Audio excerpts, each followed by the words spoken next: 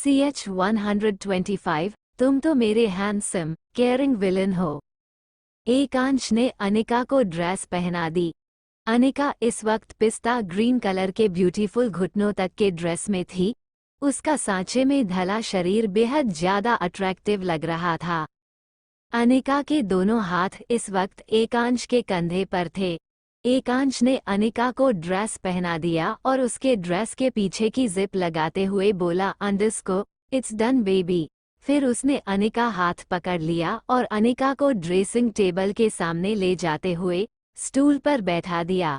वो अनिका के रिफ्लेक्शन को आईने में देखते हुए उसके बाल संवारने लगा।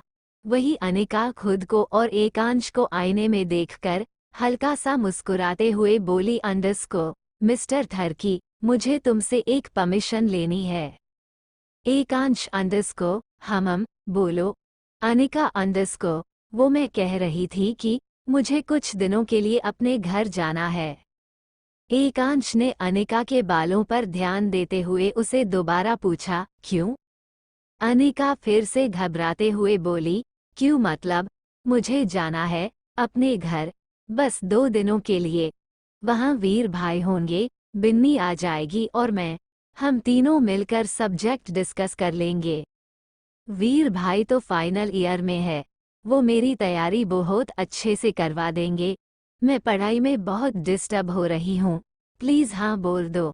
तुम्हारी परमिशन जरूरी है, वरना तुम्हारा ड्रामा चालू हो जाएगा। I know.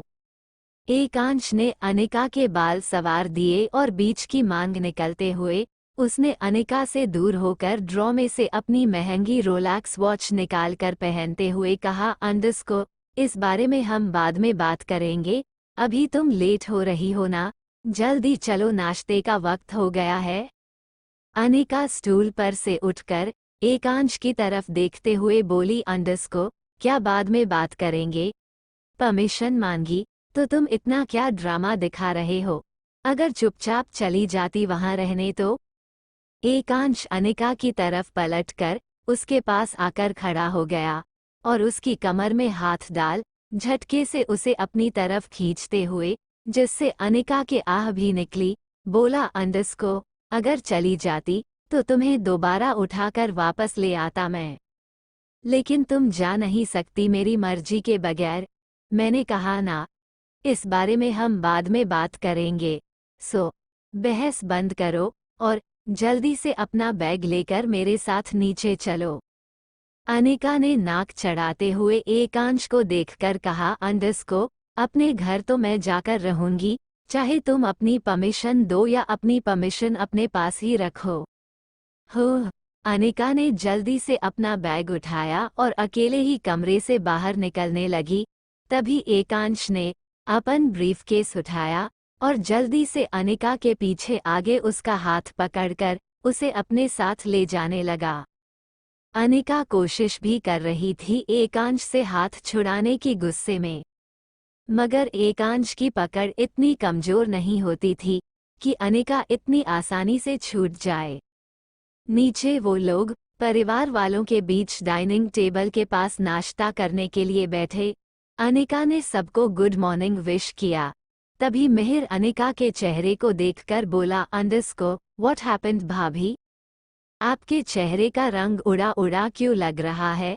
अनिका मिहिर की बातों का जवाब देते हुए उसे बोली, अंडरस्को कुछ नहीं मिहिर, बस मेरा थोड़ा सा मन नहीं लग रहा है। फिर काव्या जी अनिका के पास आकर उसे पोहा सवे करते हुए बोली, अंडरस्को प्रेगनेंसी में ऐसा होता है बेटा। आई थिंक तुम कॉलेज जा रही हो, दोस्तों से मिलो, मूड फ्रेश हो जाएगा। तभी मिहिर बीच में बोला, नहीं मॉम ऐसे कैसे?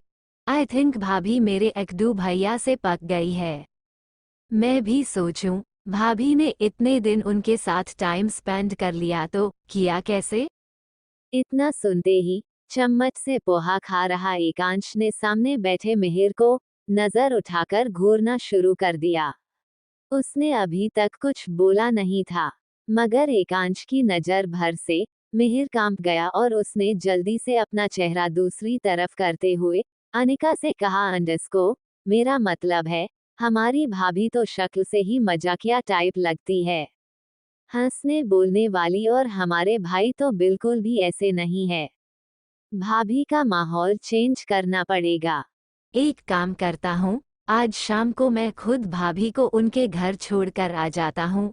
2-3 दिन अपने घर में रहेंगी तो थोड़ी बहुत हैप्पी रहेंगी।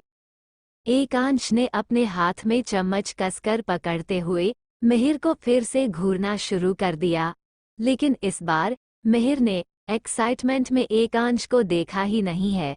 वो अनिका के रिप्लाई का वेट कर रहा था।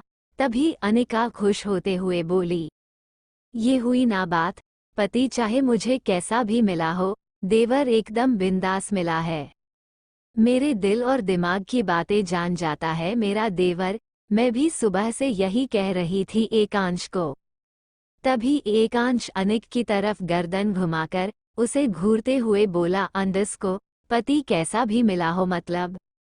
एकांश के सवाल से हल्की सी सहम गई और उसने फीके मुस्कान के साथ एकांत के कान के पास आकर कहा, अरे मेरा मतलब वो नहीं था जो तुम समझ रहे हो।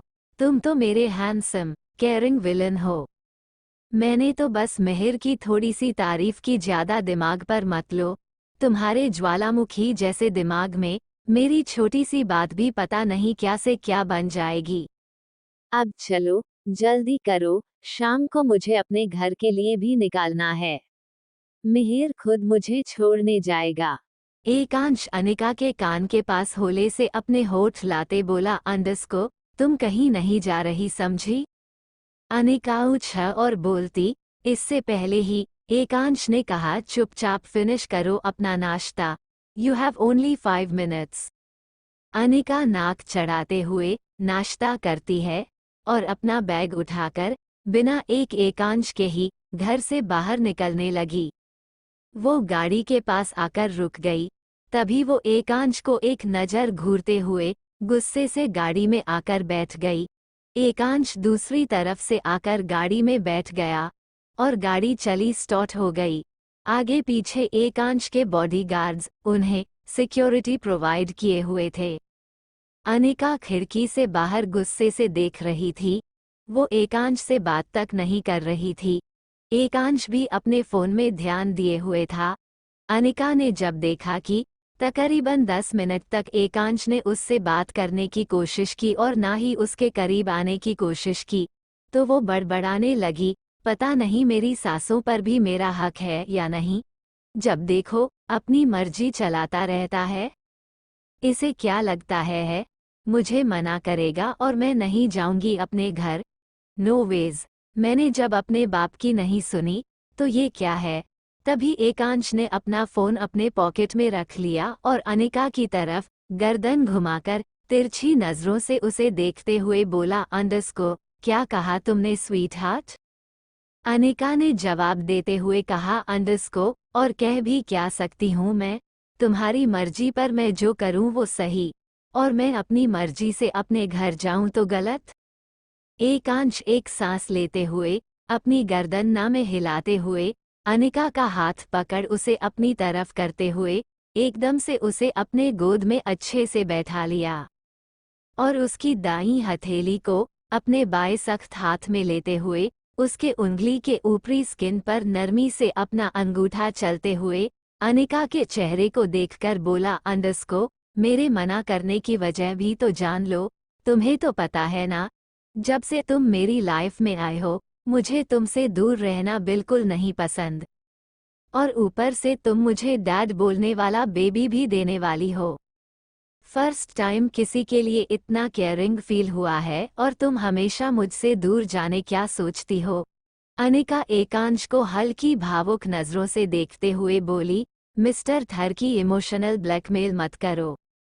आई नो तुम मुझसे दूर नहीं रह सकते, तुम्हारी हरकतें ही लेकर पता चलता है, बट मेरी भी तो कभी मान लिया करो ना। मुझे अपने घर जाना है, सिर्फ 2 दिन की ही तो बात है। वहाँ जाकर मेरा पढ़ाई में मन लगा रहेगा और मैं तुम्हारे बच्चे का बहुत अच्छे से ख्याल रखूंगी। और तुम मुझसे मिलने आते रहना ना। कितनी बार चाचा जी, रागिनी बूबू मुझे फोन करके कहती है कि उनके दामाद जी को मैं कभी नहीं लेकर आती। एकांश अनिका को देखते हुए ही 2 पल कुछ सोचते हुए बोला, अंडरस्को, ठीक है, शाम को मिहिर तुम्हें तुम्हारे घर ड्रॉप कर देगा। मुझे थोड़ा सा काम है, तो मैं बाद में मिलने आऊँगा। ओके, तब तक अपना ख्याल रखना और मेरी इस नन्ही सी औलाद का भी। Okay sweet heart. Anika excitement से जल्दी से हाँ में सिर हिला देती है। उसकी आंखें चमक गई एकांश की हाँ सुनकर। उसके चेहरे पर बड़ी सी स्माइल भी आ गई। एकांश इंटेंसिटी के साथ अनिका देखते हुए बोला, अंडरस्को, तुमने तो अपनी बात मनवा ली। नाउ मेरी बात मानो। एकांश ने गाड़ी के बीच का पार्टीशन लगा दिया और अनिका के दिखते गोरे पैर पर हाथ सहलाते हुए बोला, अंडरस्को, आज तुम बहुत प्यारी लग रही हो। सो सिल्की डॉल, 2 दिन तुमसे दूर रहना बर्दाश्त नहीं होगा। अनिका भी मायूसी से एकांश से बोली, आदत तो तुमने मुझे भी अपनी लगा दी है मिस्टर थर की। बट अब बस 2 दिन थोड़ा सा कंट्रोल कर लो, ताकि मैं थोड़ा सा अपनी पढ़ाई पर कंसंट्रेट करता हूँ, वरना अगर तुम मेरे पास रहे ना, तो मेरे तो समझो पढ़ाई के लग गए। एकांश अनिका के नर्म होठों को देखते हुए बोला, अंडरस्को, हाँ, जल्दी से मुझे अब किस करो स्वीट हार्ट, वरना पूरे दिन मुझे तुम्हारी तलब लगी रहेगी। अनिका शर्म भरी मुस्कुराहट के साथ एकांश को देखकर ना में सर हिलाते हुए बोली, अंडरस्को, तुमने ना मुझे थरकी बना दिया है। कम। और फिर अनिका ने खुद ही एकांश के सख्त चेहरे को हाथ में भरते हुए उसके होठों को अपने लबों से छूते हुए आंखें बंद कर ली। थोड़ी देर बाद एकांश की गाड़ी कॉलेज के बाहर रुकी और शिव चालीसा व विकास की गौर से उतरते ही वाली थी कि कभी एकांश में उसे फिर से अपने गोद में बैठा लिया। अनिका एकांश को हैरत देख ही रही थी। तभी एकांश ने कोल्ड वॉइस में अनिका से कहा, अंडरस्को, तुम्हारे घर के बाहर हमेशा मेरे बॉडीगार्ड्स रहेंगे। मेरी एब्सेंस में वो तुम्हारी सेफ्टी करेंगे। एंड नो वरी, ये सब बस एक फॉर्मेलिटी है। मेरा वो दुश्मन यह नहीं है, ओके? एकांश अनिका को ये सब बड़े केयरिंग वॉइस में बोला। अनिका ने भी हाँ में सिर हिला दिया और गाड़ी से बाहर आ गई। गेट पर ही बिन्नी उसे मिल गई, जो उसी का इंतजार कर रही थी। और अनिका एकांश को एक प्यारी सी स्माइल देते हुए बिन्नी के साथ कॉलेज के अंदर चली गई। एकांश अनिका को जाते देख कुछ सोचने लगा और फिर एकांश की गाड़ी वहां से निकल गई। इधर एक आदमी एकांश को दूध का ग्लास ऑफर करते हुए बोला, अंडरस्को, सर, आपका दूध। तुषार, जो पहले से ही फ्रस्ट्रेटेड था, वो बेड पर बैठे झटके से हाथ मारकर दूध का ग्लास नीचे फ्लो पर गिरा देता है। जिसे देख वो आदमी तुषार से बोला, अंडरस्को, क्या हुए सर, आपने? तुषार उस आदमी को गौर से देखने लगा। तभी उस आदमी का गला सूखने लगा। उसे ऐसा लग रहा था जैसे उसकी कोई चोरी पकड़ी गई हो। तभी तुषार उस आदमी से बोला, अंडरस्को, तुम इस संदीप अग्निहोत्री को कब से जानते हो? कितने टाइम से काम कर रहे हो तुम इसके साथ? वो आदमी हिचकिचाते हुए बोला, अंडरस्को, सर, बस 1 हफ्ते ही हुए हैं मुझे आए, इंडियन हूँ। आप ये सब क्यों पूछ रहे हैं? तभी तुषार कुछ सोचते हुए इस आदमी से बोला, अंडरस्को, मेरा एक का करोगे, बिना संदीप अग्निहोत्री को कुछ बताए? आदमी ने डर से जल्दी से अपना पसीना पोंछते हुए हाँ में सिर हिला दिया। आगे जारी है। Have a nice day. Gulab untitled chapter. College खत्म करके अनिका सबसे पहले तो उसे जो बॉडीगार्ड्स और ड्राइवर लेने आए थे उनके साथ अनिका ओबरॉय मैंशन पहुंच गई। पहुंचते ही अनिका को मिहिर मिल गया, जिसे एकांश ने पहले ही फोन करके बोल दिया था कि वो खुद अनिका को माथुर मैंशन तक ड्रॉप करने जाएगा। वीर और बिन्नी को इस बारे में कॉलेज में अनिका नहीं बता पाई, क्योंकि कॉलेज में जाते ही अनिका का शेड्यूल काफ़ी ज़्यादा बिजी हो गया। आज उसने भर भर कर पढ़ाई की थी और फिर आते वक्त उसे वीर मिला नहीं और बिन्नी को उसे कुछ बताने का मौका ही नहीं मिला। अनिका ने अपने साथ एक सर्वेंट को उसके कमरे में ले जाते हुए जल्दी से अपने सामान की पैकिंग की और मिहिर, उसका सामान लेकर गाड़ी में रखवाते हुए अनिका के साथ गाड़ी में बैठ गया। गाड़ी चल रही थी और मिहिर का चुप रहने का तो बिल्कुल मूड नहीं था। अनिका से वो कम ही बातें कर पाता था। आज उसके पास पूरा मौका था अनिका से बात करने का। मिहिर कुछ बातें समझ ही नहीं आ रही थी। तभी उसने अपने बगल में बैठी फोन चलाती है अनिका से कहा, अंडस्को भाभी, वैसे आपसे एक बात पूछूं? अनिका ने हाँ सिर हिलाते हुए पूछा, अंडस्को हाँ पूछो। और फिर उसने अपना फोन लॉक कर लिया। वो आपको सौम्या कैसी लगती है? अनिका दिमाग पर हल्का सा जोर डालते हुए बोली, अंडस्को सौम्या? अच्छा, वो हमारे घर में जो एक्ट्रेस है यार, उसकी तो मूवी देखी है मैंने, बहुत अच्छी एक्टिंग करती है। एक दो बार ही किसी काम को लेकर बात हुई होगी हम दोनों में, वरना एकांश तो किसी से बात ही नहीं करने देता। मिहिर हाँ में सिर हिलाते हुए बोला, अंडस्को हाँ भाभी वही, वो मुझे पसंद है और उसने भी मुझे प्रपोज कर दिया है। हम दोनों शादी करना चाहते हैं। अनिका एक्साइटमेंट के साथ मिहिर को देखते हुए बोली, अंडस्को सच्ची? ये तो बहुत अच्छी बात है, तो कर लो शादी। मिहिर उतरा हुआ मुंह बनाकर अनिक से बोला, अंडस्को भाभी, मैं इस बारे में मॉम को बताया था। मम्मी कहा कि जब तक एकांश भाई से मैं परमिशन नहीं ले लेता तब तक कुछ ना करूं। अब आपको तो पता है एकांश भाई मुझे बच्चा समझते हैं, इसलिए मेरी छोटी छोटी बातों पर मुझे डांटते रहते हैं और उनके लाख कहने पर भी मैं उनके ऑफिस ज्वाइन नहीं करता। मुझे अपनी जिंदगी जीनी है और भाई के साथ रहने के बाद तो मैं भी खड़ूस बन जाऊंगा। और ऐसे टाइम पर अगर मैंने शादी के लिए एकांश भाई से पूछा तो वो कभी हाँ नहीं करेंगे, उल्टा मुझे सुनाएंगे। सो अलग तो आप उनसे बात क्यों नहीं करती मेरे बारे में? आपकी भी तो कितनी एज आगे है, 20-21 अराउंड, आपने भी तो शादी कर ली भाई से।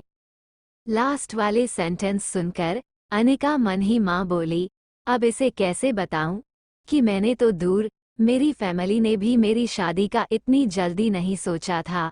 इसका भाई पता नहीं क्यों इतना DESPRET हो गया मुझसे शादी करने के लिए, और अब तो पीछा भी नहीं छूट सकता मेरा उससे।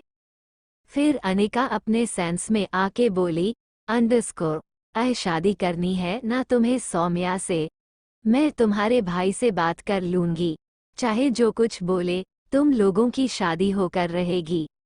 लेकिन फिर अपना करियर भी संभाल लेना देवर जी, बीवी को खुश करने के लिए तो कमाना ही पड़ेगा ना।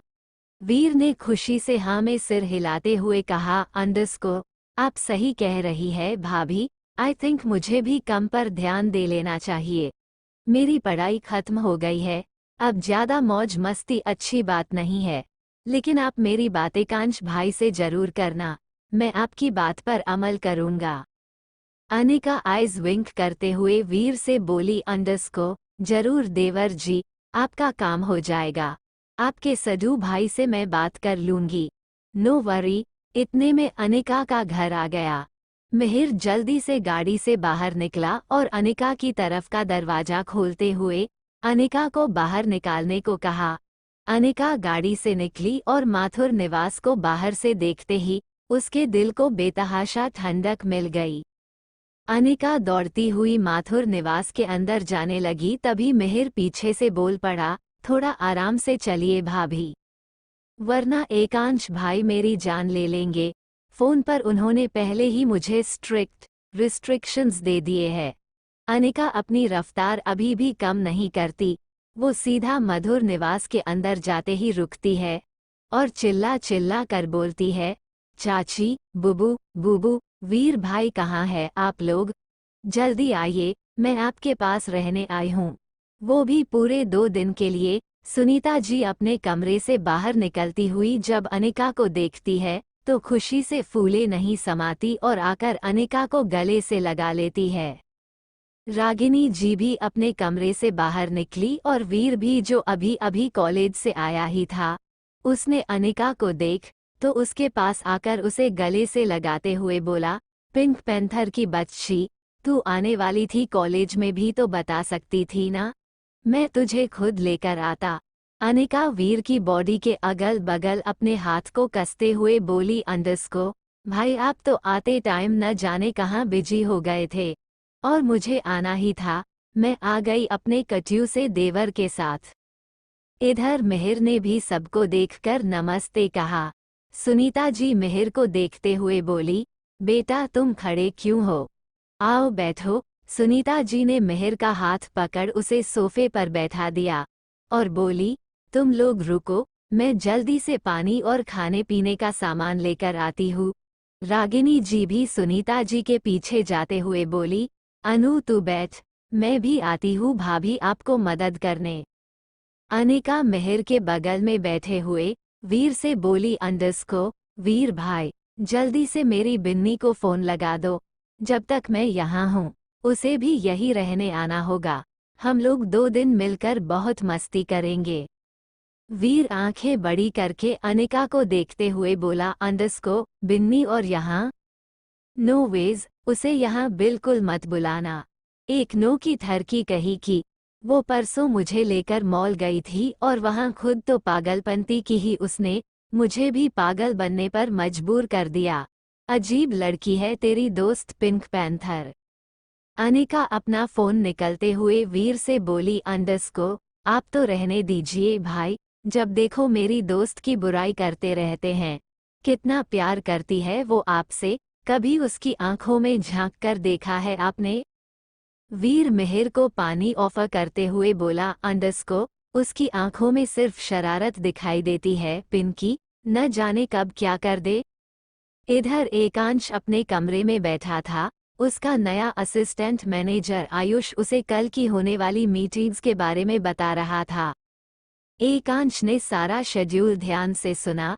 उसके बाद आयुष के जाने का टाइम हुआ तभी आयुष ने एकांश से हिम्मत करके पूछ ही लिया, अंडस्को सर मैंने इंटरनेशनल न्यूज़ देखी और मुझे पता चल गया कि तुषार सर इलीगल कामों में पकड़े गए हैं।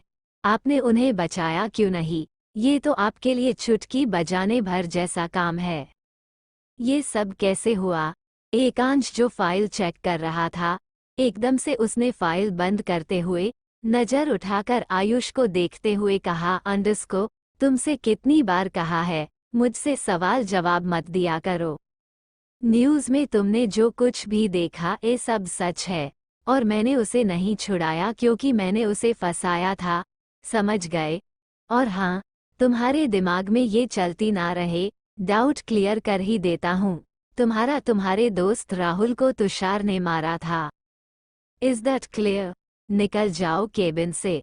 आयुष को राहुल का खूनी तुषार है, ये सुनकर काफी धक्का लगा। आयुष सीधा केबिन से बाहर निकल गया और उसने अपने एक आदमी को कॉल लगाया, अंडस्को। एकांश अंडस्को अपडेट बताओ। अब आदमी जो तुषार के डैड के फार्म हाउस में था चुपके से एकांश से बात करते हुए बोला, अंडस्को सर एक गड़बड़ हो गई है। तुषार ने संदीप अग्निहोत्री से छुपाकर मुझे कुछ काम करने को कहा है और मेरे हाथ से वो दूध का गिलास भी नीचे गिरा दिया। मुझे लग रहा है कि कहीं उसे मुझ पर शक तो नहीं हो गया। आप कहे तो अभी के अभी उसे ठोक दूं? एकांश टेबल पर पेपर वेट घूमते हुए कॉल का जवाब देकर बोला, अंडस्को तुम कुछ मत करो, जो करना है मैं खुद करवा देता हूँ। Just chill. दोबारा उसने किसी और को कॉल लगाकर, जो कि उसी के दूसरे आदमी था, फोन पर बोला, अंडस्को इटली गवर्नमेंट तक की खबर पहुंचाओ कि इलीगल वेपन्स और ड्रग्स की सप्लाई करने वाला इंडियन तुषार अग्निहोत्री इस वक्त कहां पर है। दूसरे तरफ से कॉल का जवाब है, जी सर काम हो जाएगा सभी। एकांत फोन पर दोबारा बोला, अंडस्को और हाँ, संदीप अग्निहोत्री को भी जान से मार दो। मुझे उसे खुद अपने हाथों से मारना था, लेकिन अब मेरा मूड बदल गया है। इतना बोल एकांश ने कॉल कर दिया और फोन को टेबल के साइड में रखते हुए वो अपनी सॉफ्ट चेयर पर पीछे की तरफ सिर टिकाकर और गहरी सांस लेते हुए अपनी आंखें बंद कर ली। इधर रात का वक्त हो गया था। अनिका के एक बार कहने पर बिन्नी अपना बोरिया बिस्तर उठाकर उसके घर में पढ़ाई का बहाना बनाकर माथुर निवास आ गई थी। बिन्नी अनिका के रूम में अपना सामान रखकर अनिका और वीर के साथ पढ़ाई कर रही थी। तभी वो वीर के सामने बेड पर बैठे बैठे बेड के किनारे पर लटके वीर के पर को शरारत भरी नजरों से वीर के चेहरे को देखते हुए उसके पैर पर पैर सहलाने लगी और किताब पर ध्यान देने लगी। वीर ने कई बार बिन्नी की ऐसी हरकत को इग्नोर किया। बिन्नी और ज्यादा शरारत भरे लहजे से अपने पैर से वीर के पैर को फिर से हिला रही थी। तभी वीर ने नजर उठाकर सामने बैठी बिन्नी को घूरते हुए देखा और बोला, अंडरस्को what are you doing Binny. Binny जल्दी से अपना पैर पीछे करते हुए अनिका की तरफ एक नजर देखकर वीर की तरफ देखकर बोली, अंडरस्को क्या वीर, मैं क्या कर रही हूँ। वीर बिल्ली को आंखें दिखाते हुए बोला, अंडरस्को बिन्नी तुम बार बार मुझे परेशान करती रहती हो, अभी तुमने अपने लेग से मेरे पर को टच किया। अनिका बिन्नी बड़ी करके देखने लगी। तभी बिन्नी के चेहरे पर शैतानी मुस्कान आ गई और वो अपना हाथ वीर के हाथ पैर रखकर आहें भरते हुए बोली, अंडरस्को क्यों बेबी, मेरे टच से डर लगता है या फिर अंदर ही अंदर गुदगुदी होती है। वीर ने बिन्नी से नजर हटाकर अनिका को देखते हुए कहा, अंडरस्को तूने देखा पिंक पैंथर, ये कैसी हरकतें करती रहती है हमेशा। और फिर उसने बिन्नी को दोबारा से देखकर सख्त लहजे कहा, अंडरस्को मेरा हाथ छोड़ो और I am not your baby okay. कल है एग्जाम है और आज मैडम मुझे फ्लर्ट कर रही है। यही सब लिख कर आना तुम पेपर में, कल प्रोफेसर शाबाशी देंगे तुम्हें और तुम्हारा जो फ्यूचर प्लान है ना वो भी इन्हीं सब चीजों से पूरा हो जाएगा। बिन्नी, अंडरस्को फ्यूचर प्लानिंग तो कुछ और है बेबी, तुम हाँ तो कहो। वीर अब फिर पूरी तरीके से फ्रस्ट्रेटेड हो गया था। वो सीधे बेड पर से खड़ा हुआ, जिसे देख बिन्नी और अनिका से रहा न गया और वो फोन हंस पड़ी। वीर उन दोनों को हंसते हुए देखकर वीर बोला, अंडरस्को तुम दोनों की पूरी चल रहती है ना मुझे पढ़ाई में पीछे करने की। जाओ, मैं तुम लोगों से बात नहीं करता, मैं अपने कमरे में जा रहा हूँ अकेले पढ़ने। वीर जाने ही वाला था कि तभी रागिनी जी कमरे पर आकर दरवाजे पर आकर खड़ी हो गई और वो वीर से बोली, अंडरस्को क्या हुआ वीर, तुम इतने गुस्से में क्यों लग रहे हो। तभी बिन्नी के तोते उड़ गए। उसे डर था कि कहीं वीर उसके फ्लर्टिंग के बारे में रागिनी जी को अपना बता दे। वो बेड पर से उठ खड़ी हुई और सीधी सादी बच्ची बन गई। तभी वीर ने रागिनी जी ने अनिका से कहा, अंडरस्को अनु बेटा नीचे आजा, एकांश दामाद जी आए हैं। अनिका जोर से रागिनी जी की बात पर बोली, अंडरस्को क्या वो यहाँ। रागिनी जी बोली, हाँ बच्चे वो नीचे हॉल में सबके साथ बातें कर रहा है, जल्दी से नीचे आजा। रागिनी और वीर नीचे चले गए। अनिका सड़ी हुई शक्ल बनाकर अपने बाल लगभग नोचते हुए बोली, अंडरस्को ये मिस्टर थर्की यहाँ कैसे टपक गया। मुझे जल्दी से भगाना होगा उसे, वरना कल पेपर है और अभी इसके रोमांस शुरू हो जाएंगे।